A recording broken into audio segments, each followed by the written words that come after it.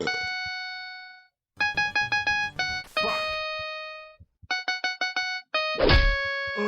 Is that you? Oh! What the fuck was that? I'm coming, Papa Bear.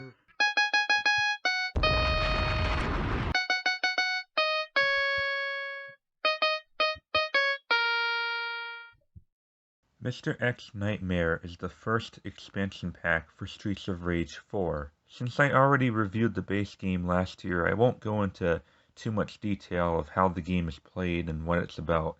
The new DLC adds 4 new characters, including 3 who appeared as playable characters in the original games during the 90s. Even though there are new characters now, the story itself stays the same.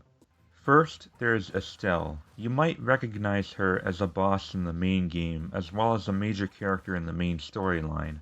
She seems to be the best balanced fighter, delivering fairly strong blows while also having enough speed to outmaneuver faster enemy attacks.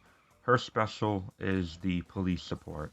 Then there's Max Thunder, a fan favorite from Streets of Rage 2. He's a big wrestler with devastating blows, but like Floyd, he just doesn't have the speed.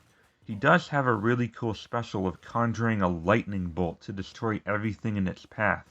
How he can channel this much electromagnetic energy for a human, I have no idea, but it does look awesome. Shiva, who's appeared as a boss in almost every Streets of Rage, is also a well-rounded fighter like Estelle, but unfortunately, due to his unique fighting style and moveset, he cannot pick up and hold weapons. He can, however, kick up weapons with his feet and throw them, which I'll admit looks awesome. But his special, well, it's a little disappointing and just doesn't feel as powerful compared to the others. A cheat code can unlock Rue the Kangaroo, who was also an unlockable fighter from Streets of Rage 3. He's a boxing kangaroo in all his old school 16-bit glory.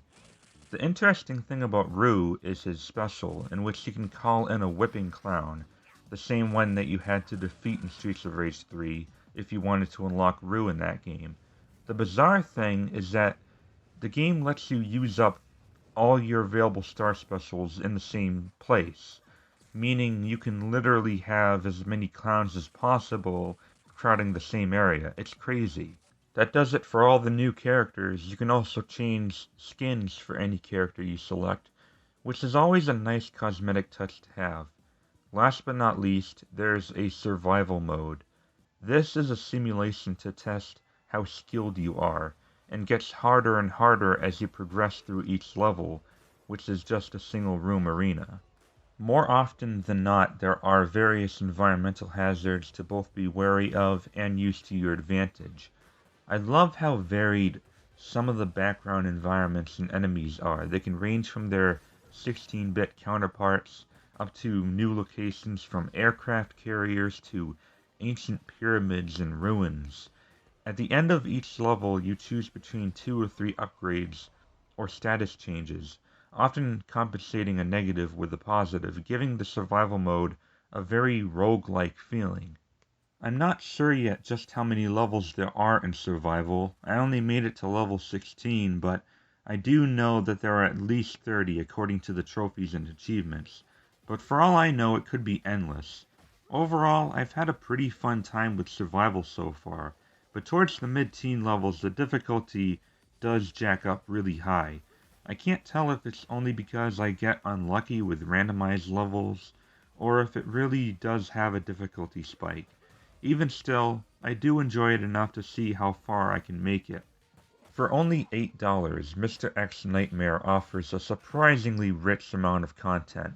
Ultimately, it is simply more of the same good Streets of Rage 4 action, retaining both everything fun and mildly frustrating about it.